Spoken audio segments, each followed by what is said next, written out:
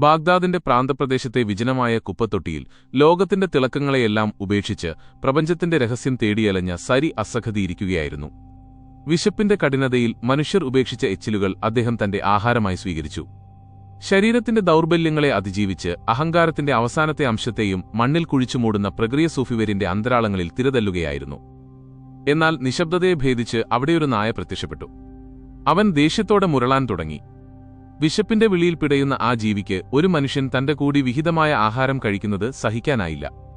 നായയുടെ മുരൾച്ചയിൽ ഒരു പരാതിയുണ്ടായിരുന്നു. തന്റെ വിശപ്പിന്റെ അവകാശത്തെക്കുറിച്ചുള്ള നിഷ്കളങ്കമായ ആക്രോശമുണ്ടായിരുന്നു. നായയുടെ കണ്ണുകളിൽ നോക്കിയ സൂഫിശ്രേഷ്ഠന് ഒട്ടും കോപമോ ഭാവഭേദമോ ഉണ്ടായിരുന്നില്ല.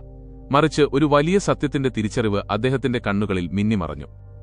വളരെ ശാന്തമായി അദ്ദേഹം ആ നായയോട് പറഞ്ഞു, "നമുക്ക് ലഭിച്ച ഈ ചെറിയ വിഹിതം നമ്മുടെ വിശപ്പുകൾക്ക് തികയില്ലെന്ന് എനിക്കറിയാം. എങ്കിലും നീ വിഷമിക്കേണ്ട, ഇവിടെ വാ. നിന്റെ വിഹിതം നീ എടുത്തുകൊള്ളുക, എന്റെ പങ്ക് ഞാനും കഴിച്ചോളാം.